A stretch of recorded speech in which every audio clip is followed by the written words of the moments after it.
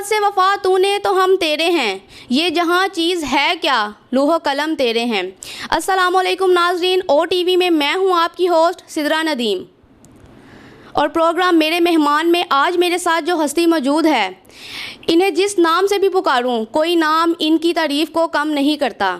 Senior سے senior صحافی بھی ان کے اسٹوڈنٹس ہیں، تو آئیے آپ کو ملاتے ہیں جناب غلام سرور حجویری صاحب سے۔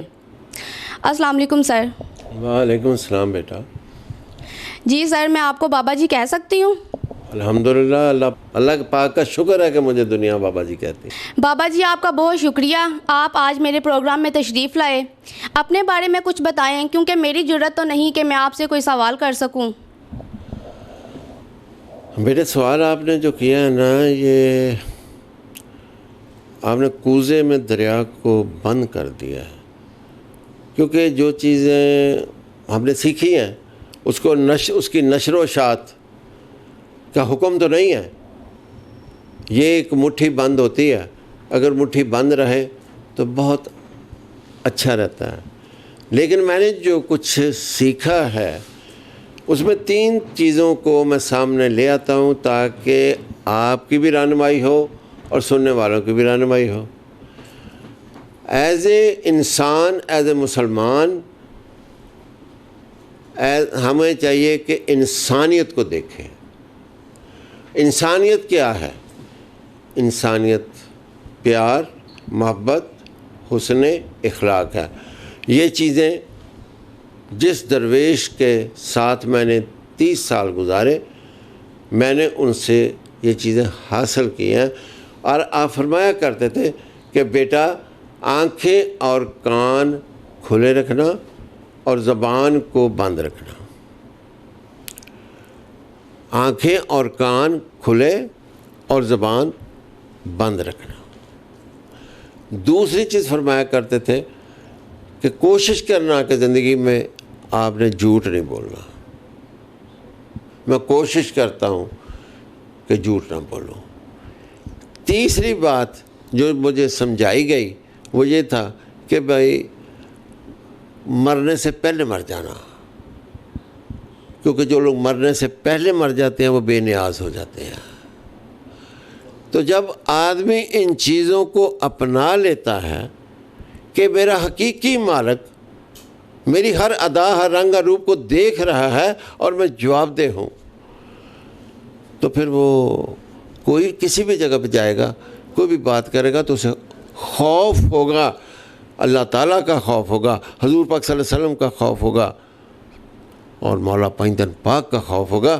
وہ کوئی بھی ایسی بات کرنے سے سوچے گا کہ میرے منہ سے کوئی ایسی بات نہ نکل جائے جو میرا خالق، میرا مالک، میرا رازق، جو کہ حقیقت میں میری بات کو سن رہا ہے، وہ ناراض ہو جائے۔ کیونکہ مجھے تو یہ بھی نہیں پتا کہ مجھے اگلا سانس آنا ہے کہ نہیں آنا۔ بیٹا کیا خبر ہے کہ یہ سانسوں کی مالا بھی ٹوٹ جائے اور ہمارے پاس زیادہ راہ نہ ہو۔ مٹی سے بنے ہیں، مٹی میں جانا ہے، ہم بھول چکے ہیں۔ ہمیں یاد رکھنا چاہیے یہ کیوں ہمارے اوپر مشکلات آ رہی ہیں۔ یہ اس واسطے سے آ رہی، ہم نے ادب چھوڑ دیا ہے، ہم نے حق کی بات کہنی چھوڑ دی ہے، ہم نے حقیقت کو چھوڑ دیا ہے، ہم مادیات میں آ گئے ہیں۔ ہمیں جب کوئی بڑے سے بڑا آدمی ہمارے سامنے آئے گا تو ہم اس کو جی جی جی جی کریں گے۔ اس کے سامنے آدمی مار رہا ہو تو اس کو نہیں پوچھے گا کہ تمہارے کیا پوزیشن ہے۔ ہم نے یہ سیکھا ہے کہ ہم سڑک پہ بیٹھے تو اس کے پاس بیٹھیں، اس کی بات کو سنیں تو صحیح۔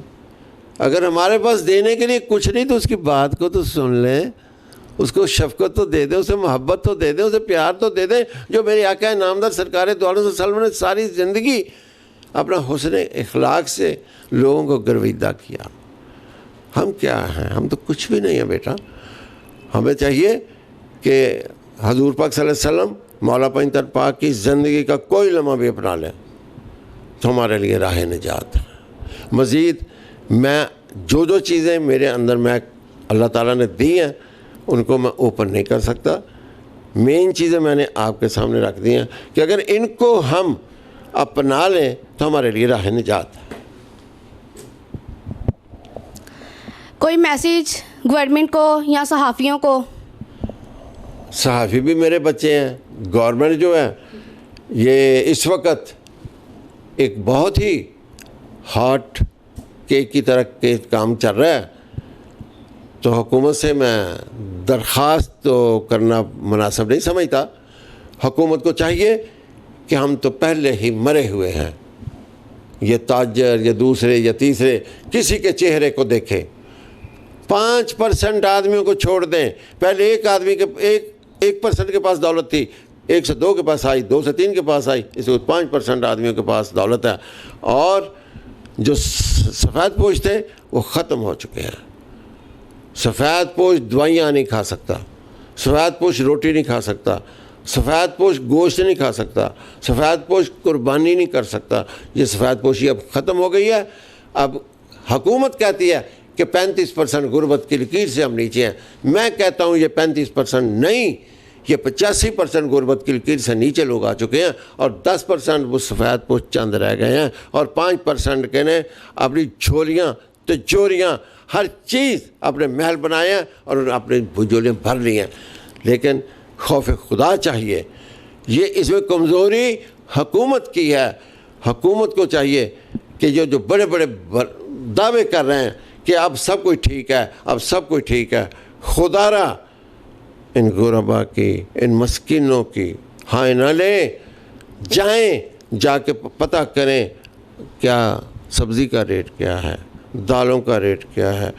کیا صرف ایک ہی بات جب بھی آتی ہے میرے سامنے مجھے دکھ ہوتا ہے، وہ جن کے پاس نوکریاں نہیں ہیں وہ کہاں جائیں، وہ کس کو بتائیں، کس کو روئیں؟ حکومت کو روئیں یا اپنے آپ کو؟ آپ خود زہر کھا لیں. زہر کھانا بھی تو گناہ ہے نا.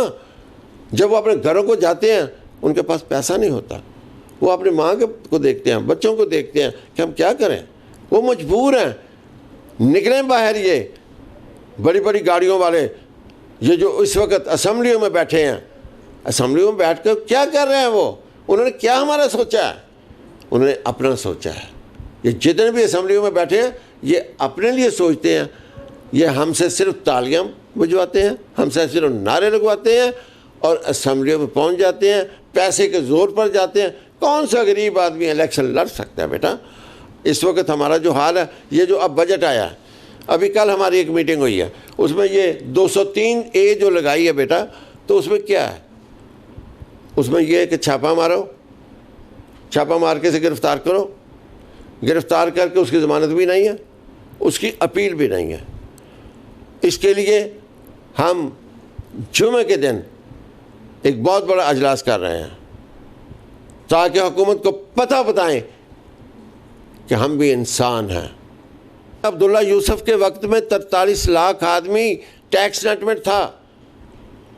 جب عبوری حکومت آئی 8 ماہ کی میاں صاحب کے دور میں، تو انہوں نے 4 لاکھ کی جو تھی سالانہ انکم، اس کو فوری طور پہ 12 لاکھ کر دیا.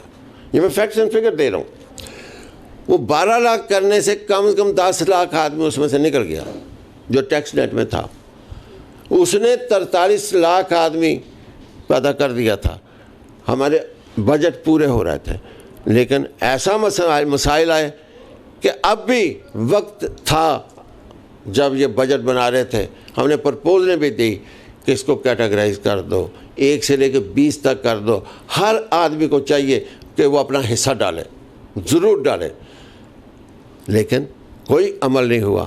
اب یہ ہر آدمی اس وقت، کل ہماری میٹنگ جو ہوئی ہے وہ اس میں کم از کم ہم 2-2:30 بجے سے بیٹھے تھے، شام 5:30 بجے، اور اس میں یہی فیصلہ ہوا ہے کہ یہ جو 203A ہے یہ ہمیں نامنظور ہے. کیوں؟ کہ یار ایک تو کاروبار کرتے ہیں، دوسرا ہم چور ہیں، تیسرا ہمیں چور کہا جاتا ہے، چور بنا کے دیا نا. اور پھر جب چھاپا مارنے والے آئیں گے تو وہ پھر ہمیں پکڑیں گے بھی، اور پکڑنے کے بعد اندر بھی دیں گے. اور یہ AC صاحبان جو انکم ٹیکس کے ہیں یا FIA کے، ان کو انہوں نے اجازت دے دی ہوئی ہے. اور سگیوں کے پول کے اوپر بھی جو وہاں جو فیکٹری تھی پرسوں انہوں نے ایک سیل کی ہے، اور مزید ایک ٹائروں کا تھا کنٹینر، اس کو بھی روک کے پکڑا. تو یہ کام شروع ہو گیا. تو یہ اچھا نہیں ہے. اچھائی وہی ہوتی ہے کہ جو لوگوں کو ہم سہولتیں دیں، لوگ خوشی کے ساتھ ہمیں ٹیکس دیں. بہت شکریہ بابا جی. میں آپ کا بہت مشکور ہوں بیٹا, شہزاد صاحب کا بھی, سلطانی صاحب کا بھی, آپ کا بھی, کہ آپ نے مجھے یہاں بلایا, اور یہاں کے چیئرمین صاحب کا بھی, کہ میں حاضر ہوا. ویسے میں جاتا نہیں کسی جگہ, دوست ہی میرے پاس آ کے وہاں پہ انٹرویو لیتے ہیں, لیکن یہ آپ کی محبت ہے, سلطانی صاحب کی محبت ہے, شہزاد صاحب کی محبت ہے, اور چیئرمین صاحب کی محبت ہے کہ انہوں نے مجھے فرمایا اور میں آپ کے پاس حاضر ہو گیا. پھر بھی مجھ سے کوئی کوتاہی ہو گئی تو مجھے معاف کر دینا. بہت شکریہ. جی ناظرین, ہمارے ساتھ تھے غلام سرور حجویری صاحب. انہوں نے اپنے خیالات کا اظہار کیا اور ایک بہت ہی خوبصورت میسج دیا. اسی کے ساتھ اپنی ہوسٹ سدرا ندیم کو دیجیے اجازت. ملتے ہیں اگلے پروگرام میں, تب تک کے لیے اللہ حافظ.